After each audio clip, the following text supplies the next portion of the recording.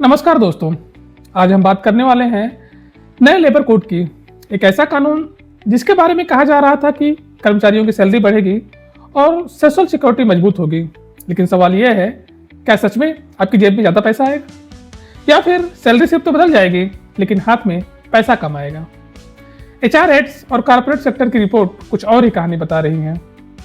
चलिए पूरा सा समझते हैं बिल्कुल आसान भाषा में। यह वीडियो सिर्फ आपकी सैलरी के बारे में नहीं है, यह वीडियो सिर्फ इंक्रीमेंट के बारे में भी नहीं है।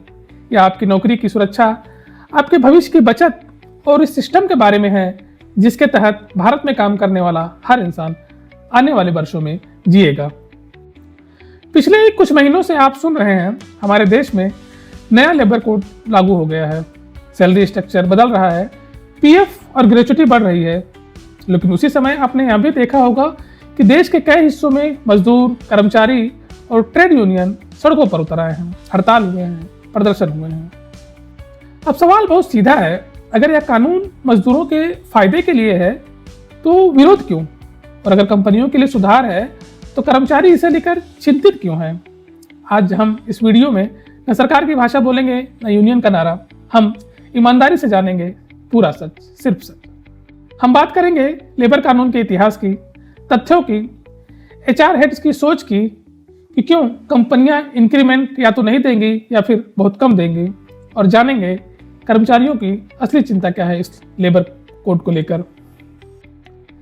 सबसे पहले समझते हैं कि पुराने लेबर कानून कब बने थे और उनमें समस्या क्या थी जिसकी वजह से यह 4 नए लेबर कोड लाने की जरूरत पड़ी। भारत के ज़्यादातर लेबर कानून आज़ादी के तुरंत बाद बन गए थे। 1947 में इंडस्ट्रियल डिस्प्यूट एक्ट आया, 1948 में फैक्ट्रीज एक्ट और मिनिमम वेजेस एक्ट बने, 1952 में प्रोविडेंट फंड एक्ट बना, 1965 में बोनस एक्ट बना और 1972 में ग्रेच्युटी एक्ट आया।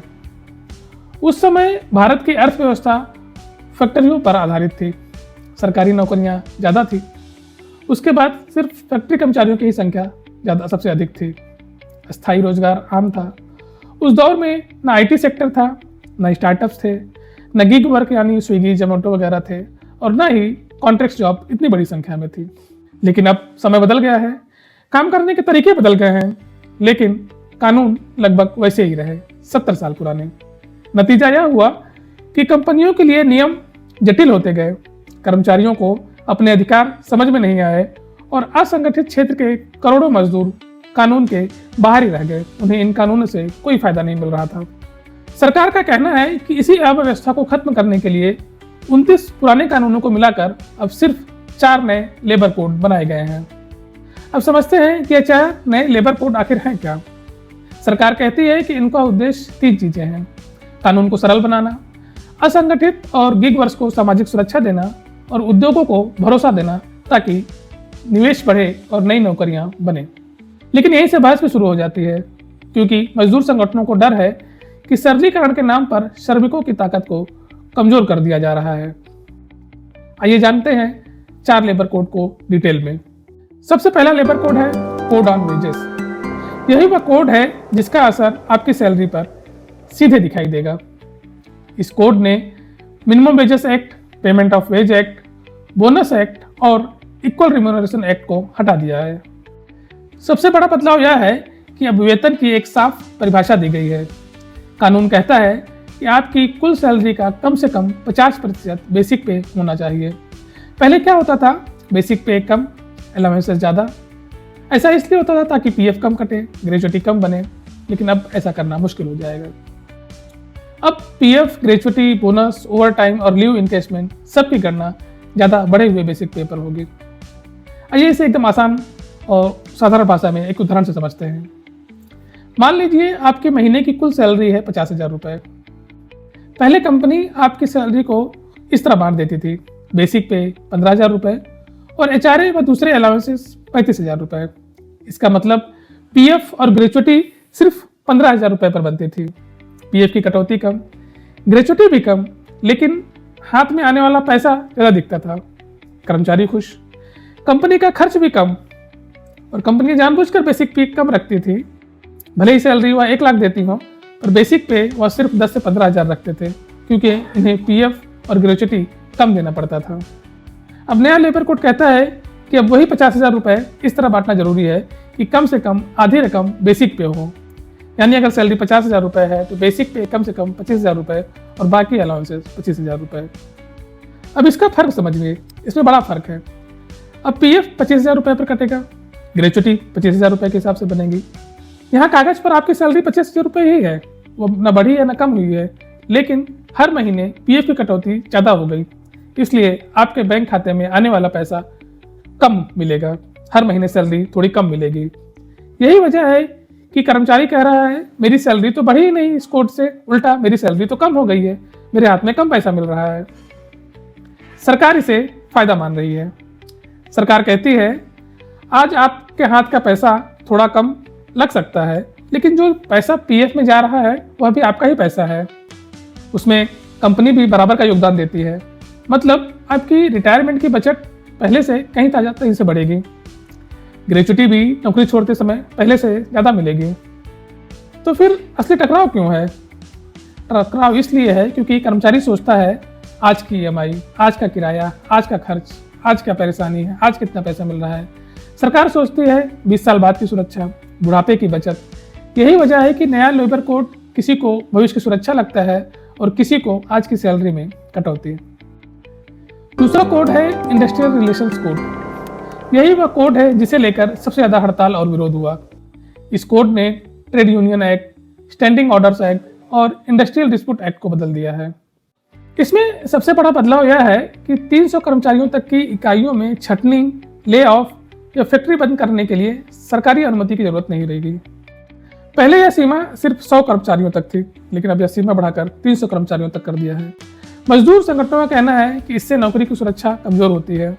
उनका डर है कि कंपनियों के हाथ ज़्यादा मजबूत हो गए हैं और कर्मचारियों व यूनियन के हाथ कमजोर हो गए हैं।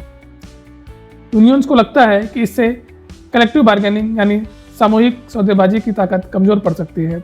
सरकार कहती है इससे निवेश आएगा, उद्योग में भरोसा बढ़ेगा, उद्योगपति भरोसेमंद फैसले ले पाएंगे और रोजगार बढ़ेगा।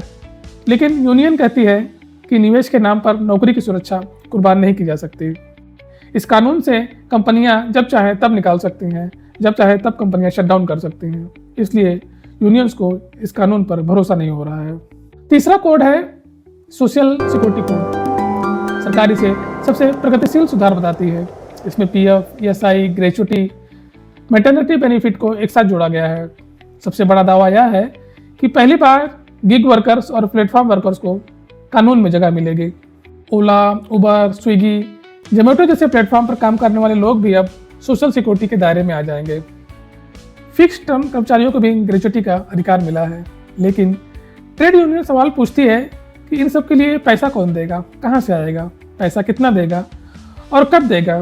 कानून में अधिकार तो लिख दिए गए हैं, लेकिन जमीन पर इसे कैसे लागू करेंगे इस पर साफ साफ कुछ नहीं कहा गया है। इसलिए यूनियन इसे अधूरी सुरक्षा समझती है और कर्मचारी भी इसे लेकर उत्साहित नहीं है। चौथा कोड है occupational safety, health and working condition code. इस कोड ने factories act, contract labour act और माइग्रेंट वर्कर एक्ट जैसे 13 कानूनों को जोड़ा है। सरकार कहती है इससे कामगारों की सुरक्षा, स्वास्थ्य और काम की परिस्थितियां पहले से काफ़ी बेहतर होगी। लेकिन मजदूर संगठनों को डर है कि काम के घंटे को लेकर लचीलापन बढ़ाया गया है। ड्राफ्ट रिव्यू में कहा गया है कि एक दिन में कुल 12 घंटे तक हो सकते हैं, जिसमें आराम का समय भी शामिल है, लेकिन कुछ परिस्थितियों में यह इससे ज़्यादा भी हो सकता है। मजदूर यूनियनों का कहना है कि सुरक्षा नियम आसान किए गए हैं, लेकिन निगरानी पहले से कमज़ोर हो सकती है। पहले कई स्थानों पर महिलाओं के रात्रि कार्य पर प्रतिबंध था। नए कोड में नियमों में महिलाओं को नाइट शिफ्ट करने की अनुमति दी गई है।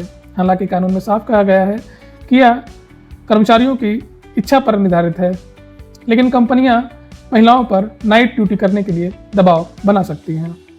अब बात करते हैं कंपनियों और एचआर हेड्स की। नए लेबर कोड के बाद कंपनियों का खर्च बढ़ गया है। उन पर पीएफ का बोझ बढ़ा है, ग्रेचुटी का प्रोविजन बढ़ा है, बोनस और लीव इनकैशमेंट के पैसे महंगे हुए हैं, क्योंकि बेसिक पे बढ़ने से यह सब खर्च बढ़ता है। खासकर आईटी और बड़ी सर्विस कंपनियों में जहां हजारों कर्मचारी है, वहां यह खर्च काफ़ी बढ़ जाएगा। इकोनॉमिक्स टाइम्स की रिपोर्ट के मुताबिक कई कंपनियों ने हाल की तिमाही में कम मुनाफा दिखाया, क्योंकि बढ़े हुए खर्चों का प्रोविजन करना पड़ रहा है। इसलिए एचआर हेड कह रहे हैं सैलरी कम नहीं करेंगे, लेकिन इस साल सैलरी हाइक सीमित रह सकती है या कई केसेस में कई कंपनियों में इंक्रीमेंट 0 भी हो सकता है, ताकि इन बढ़े हुए खर्चों को एडजस्ट किया जा सके। अब आखिरी और सबसे अहम सवाल, इन कानूनों को लेकर मजदूर सड़कों पर क्यों उतरे? उनकी मांगें साफ है। वे चाहते हैं कि छटनी के नियम सख्त रहे, यूनियन की ताकत बनी रहे, काम के घंटे सीमित हो और सोशल सिक्योरिटी सिर्फ कागज पर नहीं बल्कि जमीन पर भी उतरे। उनका कहना है कानून कर्मचारी हितैषी तभी कहलाएगा जब सबसे कमजोर मजदूर तक उसका फायदा पहुंच पाएगा। निष्कर्ष देखें तो नया लेबर कोड न पूरी तरह अच्छा है न पूरी तरह बुरा। यह एक बड़ा बदलाव है। आज इसका असर आपका सैलरी पर है, कल इसका असर आपकी नौकरी पर होगा, पीएफ और ग्रेच्युटी पर होगा। पीएफ और ग्रेच्युटी भविष्य को सुरक्षित कर सकते हैं, लेकिन नौकरी की सुरक्षा को लेकर डर भी वास्तविक है। कंपनियां दबाव में हैं, कर्मचारी असमंजस में हैं और मजदूर संगठन सड़कों पर हैं। आने वाले साल तय करेंगे कि यह 4 लेबर कोड सुरक्षा कवच बनाते हैं या संघर्ष की वजह। अगर यह वीडियो आपको अच्छा लगा हो तो इसे लाइक कीजिए, शेयर कीजिए, ताकि लोगों में जागरूकता बढ़े। और यह ध्यान रखें कि आने वाले समय में उनके बेसिक पे में बदलाव जरूर हो। अगर कंपनियां बदलाव ना करें तो अपनी कंपनी और एचआर से बेसिक पे बदलने के लिए दबाव बनाएं या उनसे बात करें।